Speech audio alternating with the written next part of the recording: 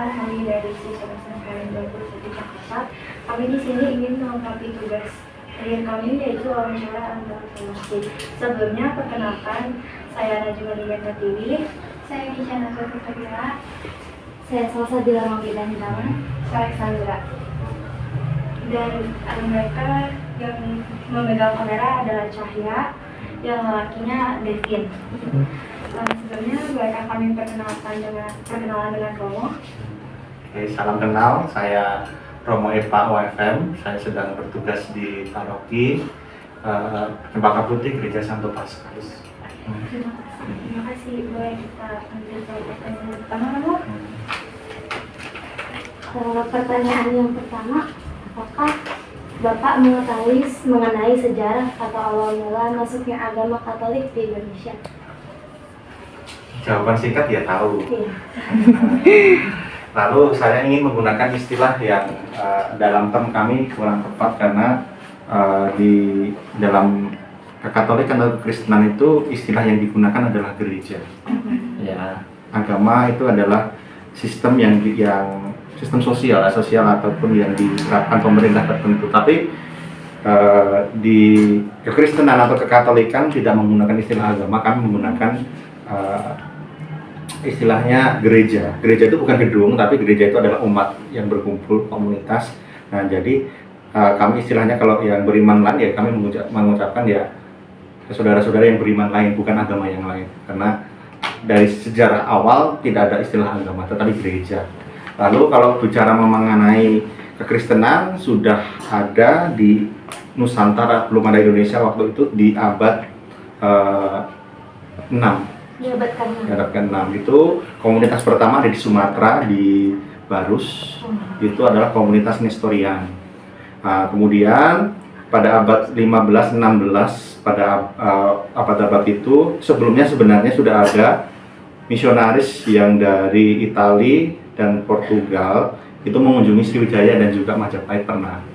Nah, tetapi tidak ada dalam konteks menyebarkan agama, tetapi dalam memang perdagangan waktu itu, dan baru masif itu pada abad 16 tokoh Varus Saperius itu yang dikenal, dan baru setelah itu dominasi VOC yang memang pemerintahnya adalah Protestan itu menutup ya membatasi, maka baru datang kembali sekitar abad 19 Kekatolikan itu. Jadi kalau mau ditutup sejarah, Kristen masuk itu pada abad 6, kemudian sudah masuk lagi abad 13, secara sudah mulai banyak itu abad 16, lalu mulai lagi abad 19.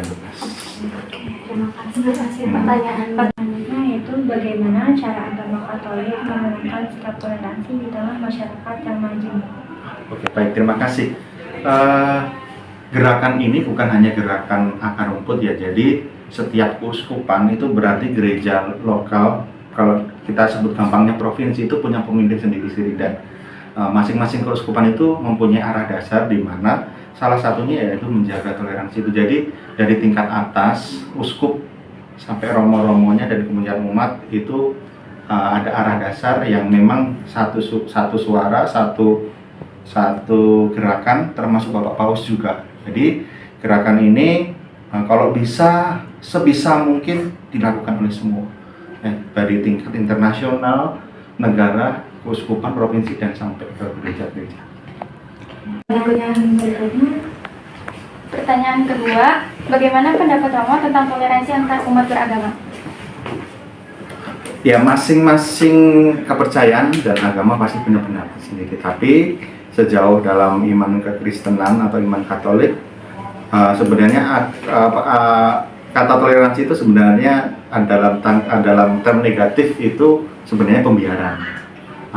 Pembiaran bisa jadi dibiarkan begitu saja, atau dalam arti kita memfasilitasi. Nah, mau yang dipakai apa sih ini? Pembiaran, orang membiarkan orang beribadah, membiarkan orang beraktivitas sesuai dengan kepercayaan, atau kita juga terlibat memfasilitasi. Nah, sepertinya term ini, istilah ini perlu ya dikembalikan kepada masing-masing. Tapi toleransi sejauh saya maknai itu sebagai bahwa kita berbeda, tetapi jangan sampai perbedaan itu membuat kita bermusuhan, tetapi perbedaan itu sebagai pemberkaya. Karena ya pelangi itu keindahannya bukan satu warna, tetapi berbagai macam warna bersatu, gitu kan. Ya saya melihat toleransi seperti itu sih, melihat perbedaan sebagai peluang untuk memecah belah, tetapi untuk kebersamaan dan membentuk keindahan. Ya, toleransi adalah potensi untuk membentuk, untuk menjamin perbedaan untuk kesatuan seperti negara kita. Makasih, kita lanjut pertanyaan selanjutnya ya. Terkait dengan sejarah yang tadi Romo terangkan, apa ada kisah atau tokoh yang bisa dijadikan teladan dalam hal toleransi? Oke, baik. Saya sebut satu tokoh saja, namanya Romo van Dit. Romo van Dit itu awal mulanya. Terakhir, menurut pendapat Romo, apa manfaat toleransi bagi kehidupan pribadi dan sosial? Manfaatnya, kalau bicara tentang manfaatnya, lebih ya toleransi sungguh sangat cocok di Indonesia sebenarnya dengan berbagai macam latar belakang budaya dan agama. Mungkin di tempat lain atau negara lain toleransi mungkin tidak cocok karena masih ada rasis dan lain sebagainya. Tetapi kita bersyukur di Indonesia itu walaupun ya itu juga terjadi tapi tidak semasif.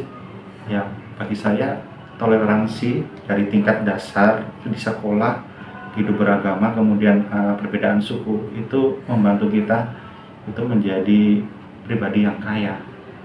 Dalam arti kaya budaya dan juga pandangannya, bukan kaya secara materi. Toleransi membuat kita kaya, pandangan, sudut pandang, kemudian